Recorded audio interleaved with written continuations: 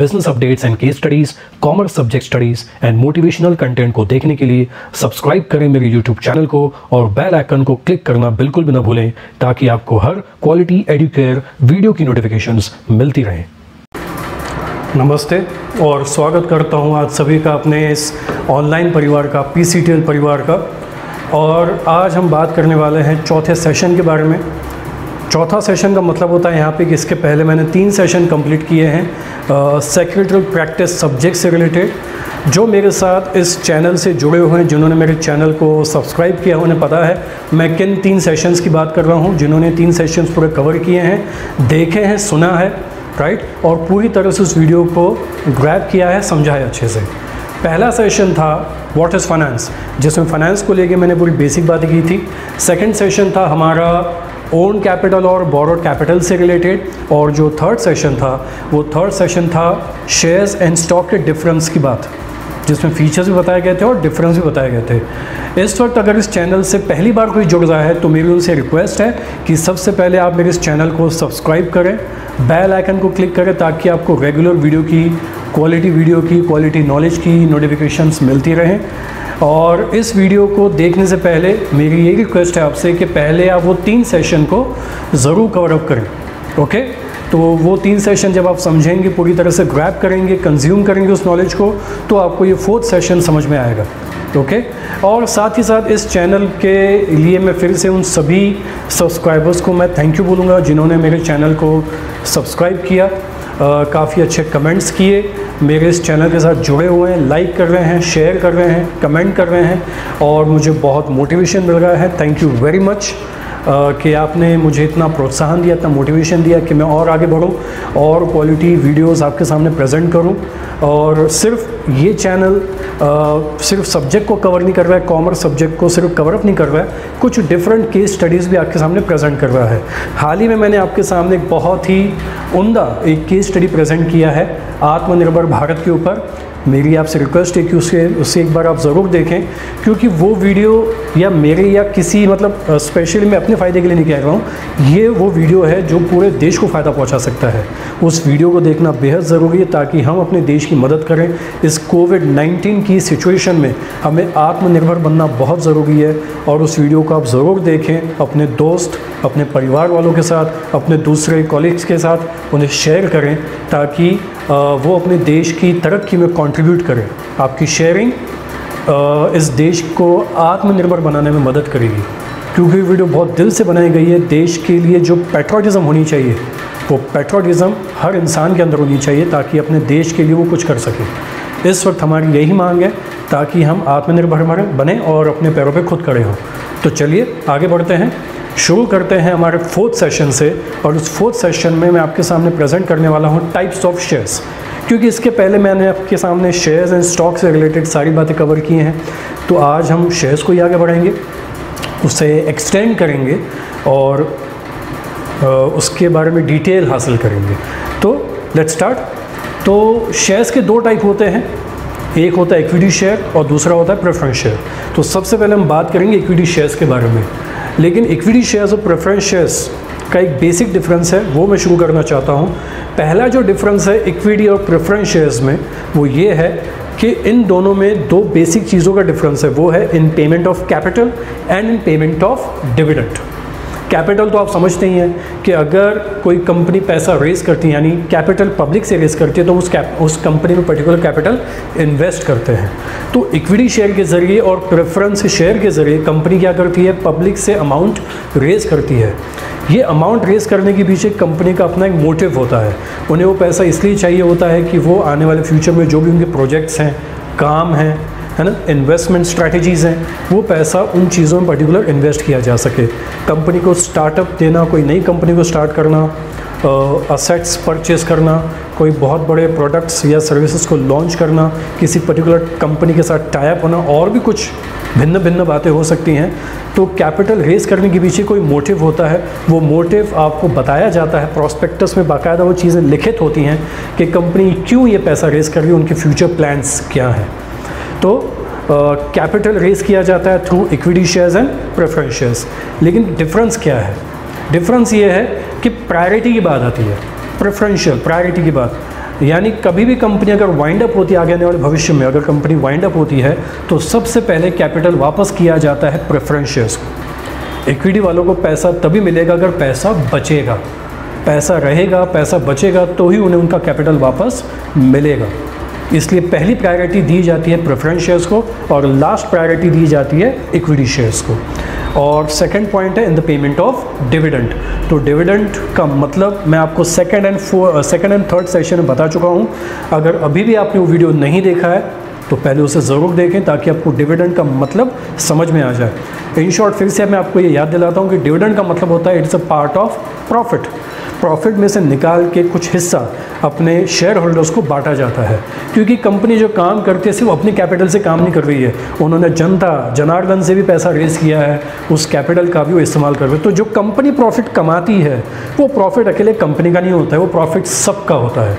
Company अपना profit अपने share holder के साथ एंजॉय करती है, उनको डिस्ट्रीब्यूट करती है, अलॉट करती है डिविडेंड।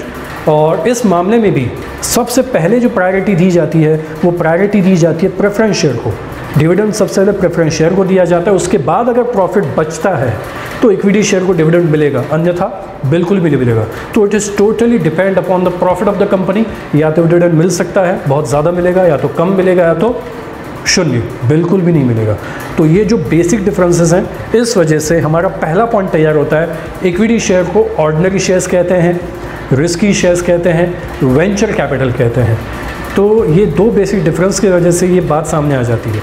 ओके, रिस्की शेयर्स हैं क्योंकि इसमें ऑटोमेटिकली एक तरह का आपको डिविडेंड मिलने का चांस, कैपिटल वापस मिलने का चांस काफ़ी कम रहता है, मिल भी सकता है और नहीं भी मिल सकता है। और ऑटोमेटिकली एक पॉइंट आ जाता है कि इक्विटी शेयर होल्डर्स को क्लेम करने का कोई भी राइट नहीं है। Equity share holder don't have right to claim for dividend as well as for the capital according to the companies act 2013। उसके बाद इक्विटी शेयर को कहा जाता है परमानेंट कैपिटल। तो परमानेंट कैपिटल का मतलब आप जानते हैं, ये वर्ड आपसे कोई ज़्यादा मतलब आपसे दूर नहीं है, पुराना नहीं है, काफ़ी इस वर्ड से आप वाकिफ़ हैं। ये वर्ड आपने स्कूल के वक्त में भी सुना होगा, टेम्पररी एंड परमानेंट।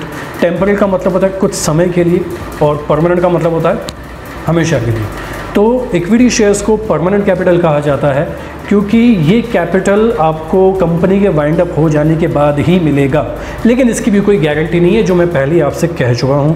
क्योंकि कंपनी के वाइंड अप हो जाने के बाद अगर पैसा रहा, कैपिटल हुआ तो आपको मिलेगा, राइट। क्योंकि कंपनी ने अपनी प्रायोरिटी डिसाइड की हुई है। सबसे पहले वो पैसे वापस करते हैं अपने सभी क्रेडिटर्स को, चाहे वो बैंक हो, फाइनेंशियल इंस्टीट्यूशन हो, राइट। उसके बाद नंबर आता है प्रेफरेंस शेयर्स का, और आखिर में अगर पैसा बचा तो इक्विटी शेयर्स वालों को पैसा मिलेगा, नहीं तो बिल्कुल भी नहीं मिलेगा। इसलिए उन्हें एक परमानेंट कैपिटल भी कहा जाता है और साथ ही साथ इररिडीमेबल शेयर्स कहा जाता है।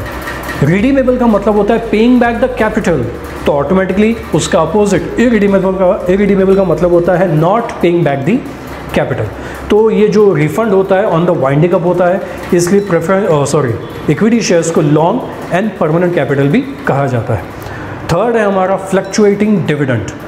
इक्विटी शेयर होल्डर्स वालों को डिविडेंड फ्लक्चुएशन लेवल पे मिलता है, कभी बहुत ज़्यादा मिलता है, कभी बहुत कम मिलता है, या फिर बिल्कुल भी नहीं मिलता। फ्लक्चुएशन का मतलब होता है जिसमें उतार और चढ़ाव आता है, अप्स एंड डाउन्स आते हैं, क्लियर है। इसलिए डिविडेंड फिक्स नहीं रहता इन लोगों का। इक्विटी शेयर्स को फिक्स डिविडेंड बिल्कुल नहीं मिलता, फिक्स डिविडेंड मिलता है सिर्फ और सिर्फ प्रेफरेंस शेयर होल्डर्स को। तो इनको जो डिविडेंड है कभी बहुत ज़्यादा, कभी बहुत कम और कभी बिल्कुल भी नहीं, और हर साल मिले ये गारंटी भी नहीं है। ये बात मैं फिर से आपके सामने रिपीट कर रहा हूँ क्योंकि ये पॉइंट कभी भी रिपीट होने ही वाला है कहीं ना कहीं। तो ये fluctuation dividend equity share holders वालों को दिया जाता है। इनके रेट्स कंपनी की प्रॉफिटेबिलिटी भी डिपेंड करता है। कभी रेट ऑफ डिविडेंड बहुत ज़्यादा हो सकता है, कम भी हो सकता है, यानी कंजर्वेटिव भी हो सकता है, राइट, या लिबरल भी हो सकता है। कंजर्वेटिव यानी कम, लिबरल यानी बहुत ज़्यादा। और डिविडेंड कम देने के पीछे वजह या ज़्यादा देने की वजह भी होती है। कम देने की वजह होती है कि कंपनी को शायद अपने पास और ज़्यादा कैपिटल रखने की ज़रूरत हो, उनके फ्यूचर प्लान्स हो सकते हैं। और कई बार ज़्यादा डिविडेंड देने की वजह ये भी हो सकती है कि वो अपने शेयर होल्डर्स को खुश करना चाहते हैं, उनके फ्यूचर में और भी कुछ प्लान्स हो ताकि और अच्छा इन्वेस्टमेंट मिल भी सके। और भी कुछ वजह हैं, स्टेप बाय स्टेप कई सारी बातें, राइट, लेयर्स खुलती जाएंगी। अगर सारी बातें एक साथ बताऊँगा, है ना, तो बहुत ज़्यादा एम्बिगियस माइंड सिचुएशन आ जाएगी, आपको समझने में दिक्कत होगी। इसलिए अगर हम धीरे धीरे लेयर्स खोलें, स्टेप बाय स्टेप एक एक स्टेप को समझें, कंडीशंस को समझें, सिचुएशंस को समझें, इक्विटी शेयर्स के फीचर्स को समझें, तो हम एसपी की डिटेल में धीरे धीरे पहुंचेंगे और आपको पूरा एक सब्जेक्ट बहुत ही क्लियर कट समझ में आ जाएगा। ओके, कंपनी की प्रॉफिटेबिलिटी जितनी भी अच्छी होगी, प्रोडक्टिविटी जितनी भी अच्छी होगी, कंपनी की प्रॉस्पेरिटी जितनी अच्छी होगी और गुडविल भी बेहतर होगी, तो उतना ही कैपिटल एप्रिसिएशन भी अच्छा होता है। इसका मतलब होता है कि कंपनी की मार्केट वैल्यू यानी शेयर्स की मार्केट वैल्यू ज़्यादा बेहतर होने लगती है। आप इशू वैल्यू पे यानी फेस वैल्यू पे शेयर्स को परचेस करते हैं, ओके, एट पार हो सकता है, एट प्रीमियम भी हो सकता है, डिस्काउंट भी हो सकता है। अब ये जो भी है, जो मैंने ये 3 अलग अलग टाइप्स का मैंने जो नाम लिया, at par, at premium, at discount, वो भी आपको सेकंड एंड थर्ड सेशन में बताया गया है, उसे ज़रूर देखें। और profitability, productivity, prosperity and goodwill, this are the 4 important things. ये 4 महत्वपूर्ण ऐसी बातें हैं जो आपकी कैपिटल को अप्रिशिएट करता है, महीने बढ़ोतरी होती है, मार्केट वैल्यू शेयर्स की बहुत ज़्यादा बेहतर होने लगती है, आप उतना ज़्यादा प्रॉफिट मार्केट से अर्न कर सकते हैं शेयर्स को सेल करके। उसके बाद आते हैं राइट्स। राइट्स यानी अधिकार। इक्विटी शेयर होल्डर्स को कौन कौन से राइट दिए हुए हैं? नंबर 1, उनको राइट दिया है पहला, राइट टू वोट, वोटिंग करने का अधिकार है इक्विटी शेयर होल्डर्स को। तो कंपनी की कभी भी, अगर कंपनी कभी भी शेयर होल्डर्स मीटिंग रखती है या एनुअल जनरल मीटिंग्स हैं और उसमें कंपनी के सामने कई आने वाले भविष्य के मुद्दे रखे जाते हैं, प्रपोजल्स रखे जाते हैं, जिसमें कई लोगों का क्या कहते हैं हम सपोर्ट होना चाहिए, या तो वोटिंग्स फॉर में होंगी या तो वोटिंग्स अगेंस्ट में होगी, और उस बेस पे रेजोल्यूशन पास होता है कि वो डिसीजन फाइनल हुआ है या नहीं हुआ है। कुछ मामलों में 51% की वोटिंग लगती है, कुछ मामलों में 75% की वोटिंग लगती है, उस बेस पे वोटिंग रखी जाती है। वोटिंग जो होती है पूरी तरह से कंपनी की यानी शेयर होल्डर्स के शेयर होल्डिंग पे डिपेंड करती है। पर शेयर पर वोट भी होता है, प्रोपोर्शनल बेस पे भी होता है, totally depends upon the articles of association of the company, right. जैसे देश को चलाने के लिए संविधान होता है, उसी तरह कंपनी को चलाने के लिए भी 2 किताबें हैं, 2 संविधान हैं। एक किताब का नाम है आर्टिकल्स ऑफ एसोसिएशन और दूसरी बुक का नाम है memorandum of association. Memorandum of association में 6 क्लॉजेस होते हैं और आर्टिकल्स ऑफ एसोसिएशन में कई सारे डिफरेंट प्रोविजंस एंड प्रोसीजर्स होते हैं। रूल्स एंड रेगुलेशन की पूरी व्याख्या होती है, कई सारे सेक्शंस होते हैं, सब सेक्शंस होते हैं, उस पर डिटेल बताई जाती है। वो कंपनी को लिखित करना पड़ता है, ROC के बाद यानी रजिस्ट्रार ऑफ कंपनी के पास रजिस्टर्ड करवाना पड़ता है। तो इसी आर्टिकल्स ऑफ एसोसिएशन के हिसाब से, कंपनीज एक्ट 2013 के हिसाब से सारे काम किए जाते हैं।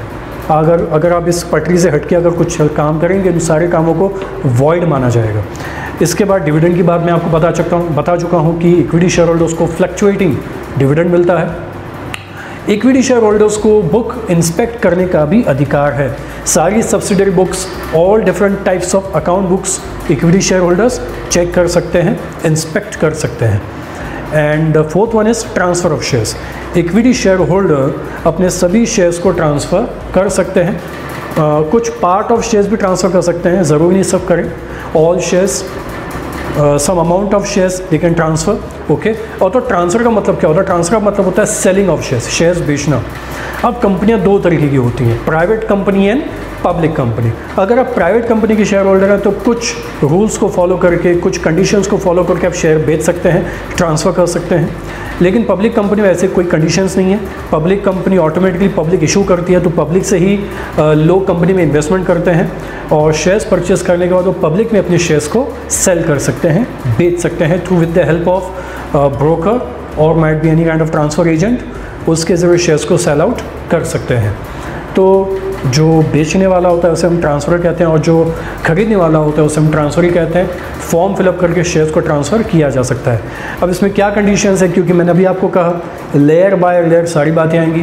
ट्रांसफ़र ऑफ शेयर्स में ट्रांसफ़रर, ट्रांसफ़री कंडीशंस, ये प्राइवेट और पब्लिक में क्या कंडीशंस हैं, ये सब आने वाले कई और ऐसी वीडियोज़ हैं जिसमें आपको स्टेप बाय स्टेप सारी बातें बताऊँगा कि कौन सी कंडीशंस फॉलो करनी पड़ती हैं। आगे बढ़ते हैं। उसके बाद है no preferential rights. No preferential right मैं आपको पहले बता चुका हूँ, 2 इंपॉर्टेंट प्रेफरेंशियल राइट्स है। अगर आपको याद नहीं तो इस वीडियो को रिवाइंड करके पीछे जाके देखें, मैंने 2 इंपॉर्टेंट फीचर्स के बारे में बात की थी शुरू में, in the payment of dividend and in the payment of capital. तो पहली प्रायोरिटी दी जाती है प्रेफरेंस शेयर होल्डर्स वालों को और सेकंड प्रायोरिटी दी जाती है इक्विटी शेयर होल्डर्स वालों को। इसलिए इक्विटी शेयर होल्डर्स के पास प्रेफरेंशियल राइट्स नहीं है कैपिटल के मामले में और डिविडेंड के मामले में।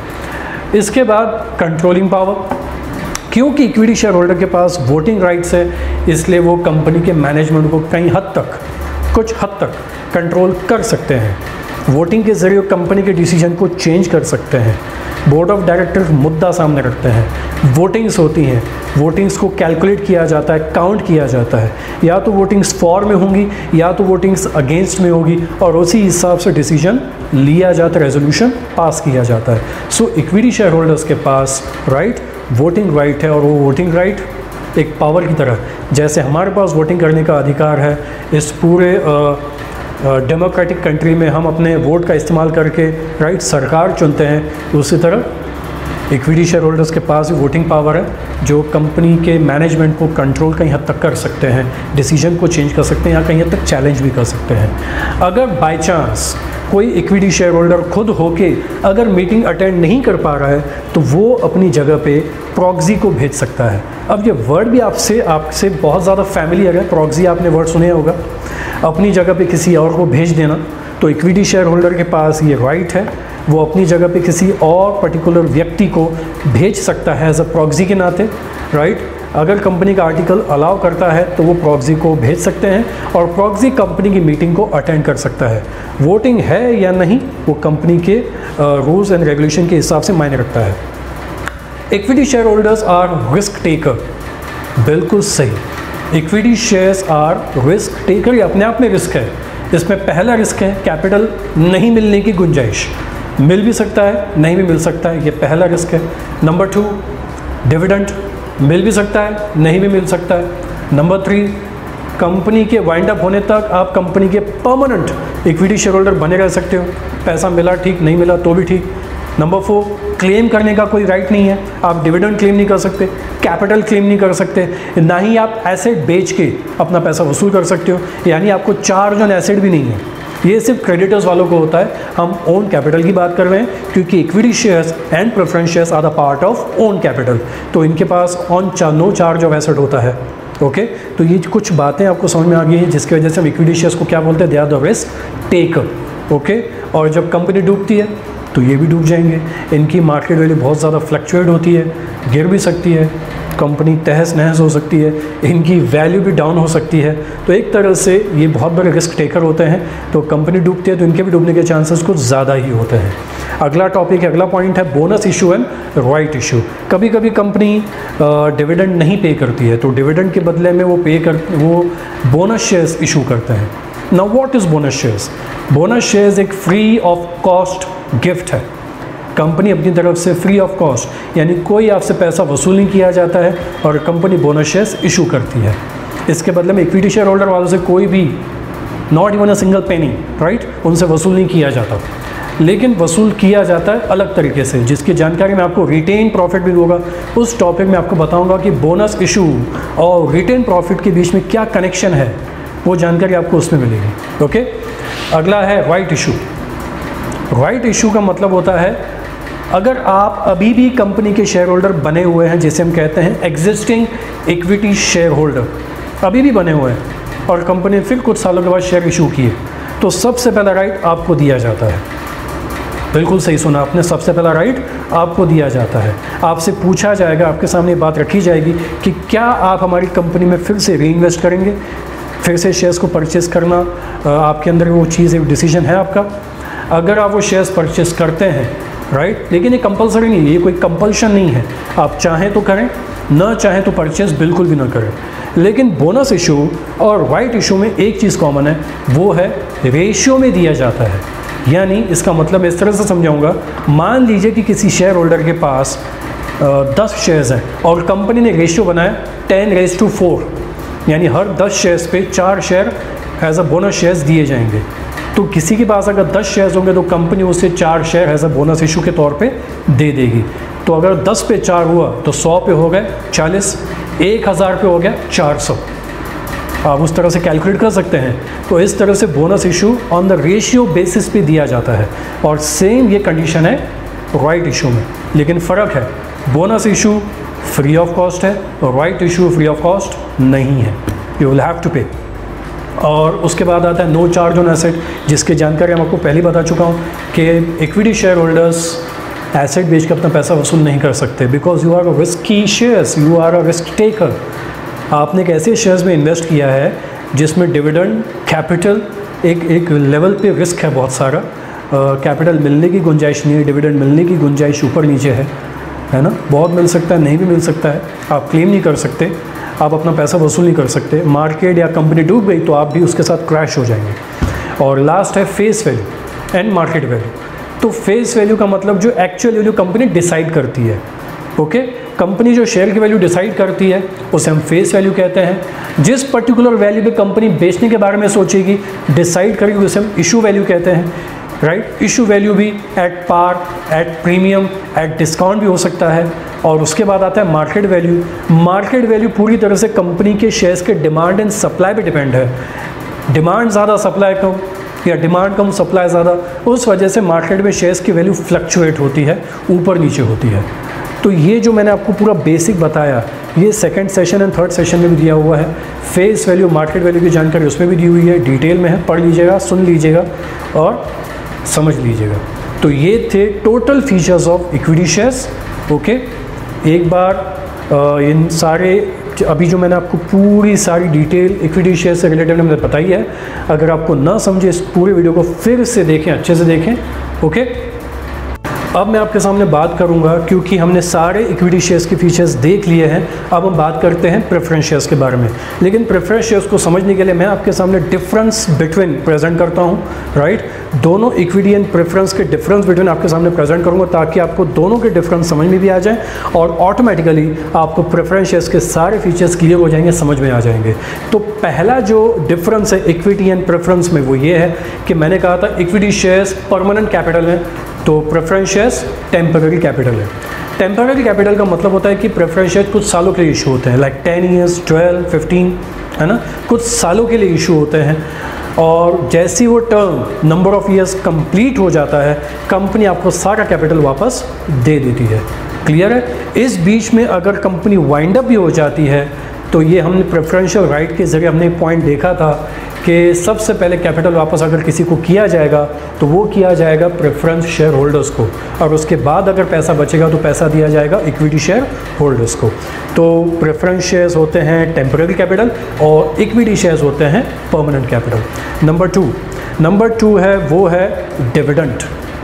इक्विटी शेयर्स को जो डिविडेंड दिया जाता है वो दिया जाता है फ्लक्चुएशन लेवल पे, यानी कभी रेट ऑफ डिविडेंड ज़्यादा भी हो सकता है, कम भी हो सकता है, शून्य भी हो सकता है। हर साल रेगुलर लेवल पे दिया जाए ये भी ज़रूरी बिल्कुल नहीं है। लेकिन प्रेफरेंस शेयर्स में जो डिविडेंड है वो फिक्स रेट ऑफ डिविडेंड है।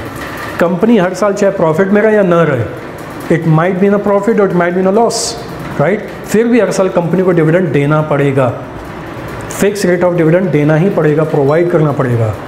ये साल का प्रॉफिट है तो ये साल से, अगर ये साल लॉस है तो पिछले साल के इसमें से, रिजर्व में से, और भी कुछ दूसरे ज़रिए हैं, सोर्सेज हैं, जिस सोर्सेज के ज़रिए कंपनी प्रेफरेंस शेयर होल्डर्स को डिविडेंड पे करिए, and they will have to, okay. उसके बाद आता है राइट्स के बारे में मैंने बात की थी। तो इक्विटी शेयर होल्डर्स को वोट करने का अधिकार है, प्रेफरेंस शेयर होल्डर्स को वोट करने का अधिकार नहीं है, सिवाय एक चीज़ के, अगर उनके किसी राइट को अगर हानि पहुंच रही है तो कंपनी उनसे पूछ के कोई ना कोई डिसीजन ले सकती है जो उनसे राइट से रिलेटेड हो, तो ही उनसे वोटिंग लिया जा सकता है। लेकिन generally normally preference share holders को वोटिंग करने का कोई भी अधिकार नहीं है, और कोई भी मीटिंग अटेंड करने का कोई अधिकार नहीं है। इक्विटी शेयर होल्डर सारी अकाउंट बुक्स को इंस्पेक्ट कर सकते हैं, प्रेफरेंस शेयर होल्डर इंस्पेक्ट नहीं कर सकते, ओके। साथ ही साथ बोनस इशू और राइट इशू ये इक्विटी शेयर होल्डर्स को दिया जाता है, इक्विटी शेयर होल्डर वालों के लिए, लेकिन प्रेफरेंस शेयर होल्डर वालों को बोनस इशू, राइट इशू नहीं होता है, ओके। और साथ ही साथ फेस वैल्यू की बात आती है। फेस वैल्यू में इक्विटी शेयर की वैल्यू मिनिमम 1 रुपी ₹10 हो सकती है, लेकिन प्रेफरेंस शेयर्स में फेस वैल्यू, प्रेफरेंस शेयर की फेस वैल्यू मिनिमम स्टार्ट होती है ₹100 से। तो प्रेफरेंस शेयर्स महंगे होते हैं और इक्विटी शेयर्स चीप होते हैं। चीप का मतलब घटिया नहीं, सस्ते होते हैं। ओके, उनकी वैल्यू मिनिमम ₹1 से शुरू होती है। And last but not least, equity share को जैसे हमने कहा था कि ये इरिडीमेबल शेयर्स हैं, लेकिन प्रेफरेंस शेयर्स नहीं। प्रेफरेंस शेयर्स को रिडीमेबल शेयर्स कहा जा सकता है क्योंकि टर्म ख़त्म होने के बाद राइट उनको सारा कैपिटल वापस दे दिया जाता है। कंपनी वाइंड अप अगर होती है उनके टर्म के बीच में, तो प्रेफरेंस शेयर होल्डर्स को अपने कैपिटल की कोई भी टेंशन या दिक्कत नहीं आएगी। उनको किसी बात की ऐसी दिक्कत नहीं होने वाली है, ना कोई टेंशन आने वाला है। उनको कैपिटल वापस मिलेगा। कंपनी अपने प्रायोरिटी के हिसाब से सबसे ऊपर क्रेडिटर को रखती है, सेकंड पोजीशन पे प्रेफरेंस शेयर होल्डर को रखती है और लास्ट में इक्विटी शेयर होल्डर को रखती है। जो मैंने प्रेफरेंस बताया उस प्रेफरेंस में से भी आपने देख लिया होगा कि इक्विटी प्रेफरेंस में प्रेफरेंस ऊपर है और इक्विटी सबसे नीचे है। तो ये था equity shares and preference shares के बीच में जो एक ये बेसिक डिफरेंस था और जो फीचर्स थे मैंने आपके सामने प्रेजेंट किए। उम्मीद करता हूँ आपको मेरी ये वीडियो ज़रूर पसंद आई होगी। और अगर आप कुछ और चाहते हैं कि इस वीडियो के साथ साथ मैं कुछ और बातें भी आपके सामने प्रेजेंट करूँ, तो मुझे कमेंट बॉक्स में ज़रूर बताएं। Okay, and keep watching my videos, subscribe my channel, press the bell icon और इस वीडियो को अपने सभी 12 कॉमर्स के जो भी स्टूडेंट्स हैं उनके साथ, अपने फ्रेंड्स के साथ, कलीग्स के साथ शेयर करें। कोविड-19 चल रहा है, ओके, स्कूल कॉलेजेस बंद हैं, ऑनलाइन लर्निंग चल रही है। मैं भी अपनी पूरी कोशिश कर रहा हूँ कि मैं भी आप तक नॉलेज को पूरी तरह से प्रोवाइड करूँ। आशा करता हूँ मेरी ये कोशिश, मेरी ये मेहनत आपको ज़रूर अच्छी लगी होगी और ये मेहनत और बढ़ती रहेगी और मैं आपके सामने और भी कई सारे कंटेंट राइट प्रेजेंट करते जाऊँगा। तो आपका मोटिवेशन मुझे मिले, आप मेरे चैनल को सब्सक्राइब करें और मेरा मोटिवेशन, मेरा प्रोत्साहन बढ़ाने की मेरी पूरी कोशिश करते रहें, मुझे प्रोत्साहन दें। आशा करता हूँ ये मेरी बात आपको ज़रूर अच्छी लगी होगी, ये वीडियो भी अच्छी लगी होगी। एंड शेयर करें, लाइक करें, कमेंट करें। ओके, थैंक यू, जय हिंद, नमस्ते। सो व्यूवर्स, आज कैसे लगी आपको ये इन्फॉर्मेटिव नॉलेजेबल वीडियो, कमेंट करके ज़रूर बताएं। और अगर आपकी कोई डिमांड है कि उस पर्टिकुलर टॉपिक को कवर करना है तो कमेंट बॉक्स में ज़रूर बताएं। और जाने से पहले मेरे दोस्तों, इस चैनल को सब्सक्राइब करना बिल्कुल भी ना भूलें और बेल आइकन को क्लिक करें ताकि आपको क्वालिटी एडुकेयर वीडियो की नोटिफिकेशंस मिलती रहे। हमारे साथ जुड़ने के लिए, जुड़े रहने के लिए और वीडियो देखने के लिए नमस्ते, जय हिंद और ज़रूर मिलते हैं फिर से।